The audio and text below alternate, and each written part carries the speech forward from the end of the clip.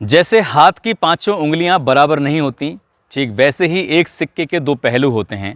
आप कहीं भी देख लीजिए, अच्छे और बुरे दोनों तरह के लोग मिल जाएंगे। पुलिस को लेकर भी लोगों की अमूमन राय एक जैसी नहीं होती है। इसमें अच्छे भी हैं तो बुरे भी हैं, लेकिन लोग पुलिस को लेकर ज़्यादा नकारात्मक ज़्यादा सोचते हैं। मगर आज की कहानी में जो आपको सुनाने जा रहा हूँ, ये कहानी सुनने के बाद आपकी पुलिस को लेकर जो भूमिका है, आपके मन में जो पुलिस को लेकर इमेज है, वो वाकई बदल जाएगी। इस कैरेक्टर को सुनने के बाद, इस आईपीएस अधिकारी के बारे में सुनने के बाद आप भी उनको सैल्यूट करने पर विवश हो जाएंगे और कहेंगे कि पुलिस वाले हों तो ऐसे हों, वरना ना हों। आदाब, नमस्कार, सत श्री अकाल। मैं उस्मान सैफ़ी। आज की जो सच्ची घटना मैं आपको सुनाने जा रहा हूँ, ये सच्ची घटना है जम्मू कश्मीर के श्रीनगर की। दरअसल यहाँ का एक बोहरी कदल इलाका है। 90 साल के एक बुज़ुर्ग व्यक्ति जो कि सड़क के किनारे बैठकर उबले हुए चने बेचते थे। रोज़मर्रा की तरह वो चने बेच रहे हैं और 13 नवंबर की शाम को चने बेचकर जैसे ही वो अपने घर जा रहे थे, तो कुछ लोगों ने उन्हें रास्ते में रोक लिया और रोकने के बाद उनसे छीना झपटी करते हुए, मारपीट करते हुए उनकी जेब में रखे हुए पैसे छीन लिए। वो बुज़ुर्ग व्यक्ति रोते वहाँ से चले जाते हैं। किसी तरह से रात तो कट जाती है, मगर बार बार यही सोच रहे थे कि पूरी ज़िंदगी भर तक की जो कमाई थी, जो भी पैसे इकट्ठे किए थे, आखिरकार वो ख़त्म हो गए हैं। अब आगे क्या होगा, कैसे करेंगे, यही सोचकर वो परेशान हो रहे थे। दिन निकलता है, फिर वही अपने उसी काम पे आ जाते हैं और उसी काम पे आने के बाद 14 नवंबर को वो चने तो बेच रहे थे, मगर रोते रोते चने बेच रहे थे। उनकी आंखों में जो एक चमक होती थी हर बार, वैसी चमक नहीं थी। एक राह चलते व्यक्ति ने उनसे पूछा, बाबा आज कुछ परेशान से लग रहे हो, क्या बात है? बाबा ने रोते हुए अपनी वही परेशानी बता दी कि बेटा, मैंने कुछ पैसे जमा किए थे, वो पैसे अपने सुपुर्द खाक के लिए, कभी जब भी मौत आएगी तो मौत आने के बाद कोई भी मुझे सही सलामत दफना देगा, इसलिए मैंने कुछ पैसे इकट्ठे किए थे।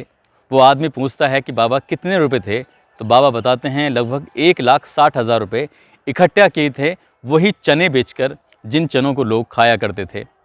दरअसल वो व्यक्ति वाकई बहुत अच्छा इंसान है, जिसने उनकी बात सुनी और वो बात अपने कैमरे में रिकॉर्ड कर ली और रिकॉर्ड करने के बाद वो सोशल मीडिया पर वायरल कर दी। जैसे ही ये खबर, जैसे ही ये बात, बुज़ुर्ग व्यक्ति के रोने की आवाज़ें, उनकी सिसकियाँ, उनके आंसू लोगों तक पहुंचते हैं, तो ये वीडियोस जम्मू एंड कश्मीर में वायरल हो जाती है। एक और तो ये वीडियो सोशल मीडिया पर लगातार वायरल हो रहा था, दूसरी ओर वो बुज़ुर्ग व्यक्ति सीधे पहुंच जाते हैं नज़दीकी पुलिस स्टेशन में और पुलिस स्टेशन में जाने के बाद वहां जाकर आप बीती बताते हैं।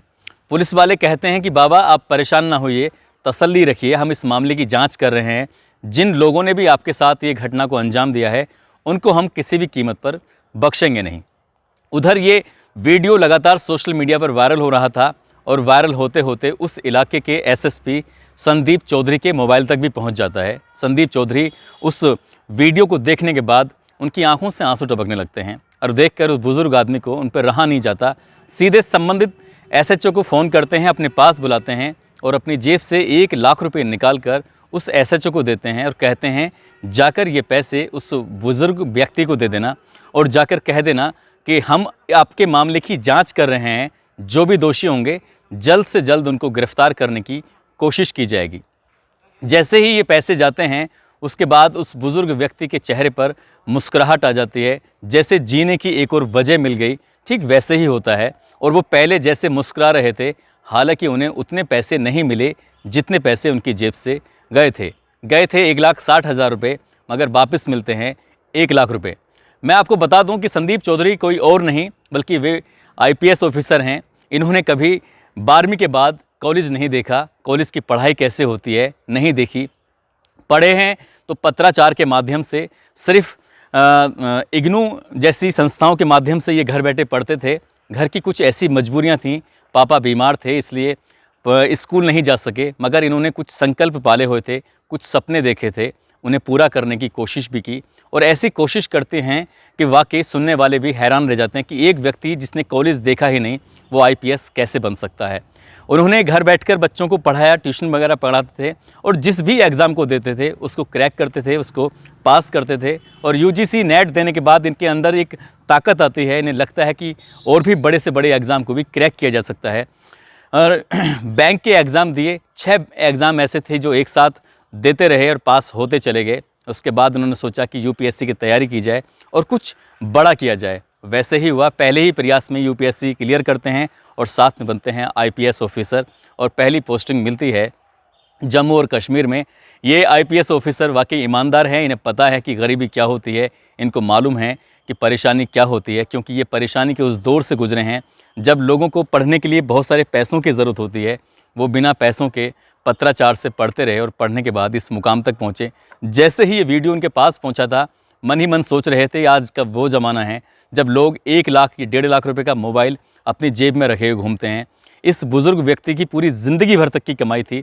वाकई इस बुज़ुर्ग व्यक्ति को मैं ये सोच लूँगा जैसे कि एक नया मोबाइल ही ख़रीद लिया है, और यही सोचकर उन्होंने ये जैसे ही पैसे वहाँ तक पहुँचाए हैं। फिर इसके बाद बुज़ुर्ग व्यक्ति की जो वीडियो वायरल होती है सो होती है, मगर इससे ज़्यादा बात वायरल ये हो जाती है कि संदीप चौधरी ने एक बुज़ुर्ग व्यक्ति जिसकी 90 साल की उम्र है, उसके दर्द, उसके आंसुओं की कीमत को समझा और उसको मदद की। आज पूरा हिंदुस्तान संदीप चौधरी को सैल्यूट कर रहा है, मैं भी सैल्यूट कर रहा हूं, और मैं चाहता हूं कि आप भी ऐसे व्यक्ति को सैल्यूट करके दिखाएं, बताएं कि हमें ऐसे ही पुलिस वालों की ज़रूरत है। दोस्तों, इस कहानी को सुनाने का उद्देश्य किसी को परेशान करना नहीं है, किसी का दिल दुखाना नहीं है, बल्कि आपको बताना है, आपको जताना है कि हमारे देश में ऐसे ऐसे लोग भी हैं जो दूसरों के दर्द को अपना दर्द समझते हैं। यदि आपके सामने कभी ऐसी कोई वारदात हो तो उसकी मदद करें, आगे बढ़कर मदद करें। बहुत सारी मदद ना करें, कम से कम इतनी मदद तो करें कि उसे जीने की एक राह मिल जाए। दोस्तों, अपना ख्याल रखें, सुरक्षित रहें। जय हिंद, जय भारत।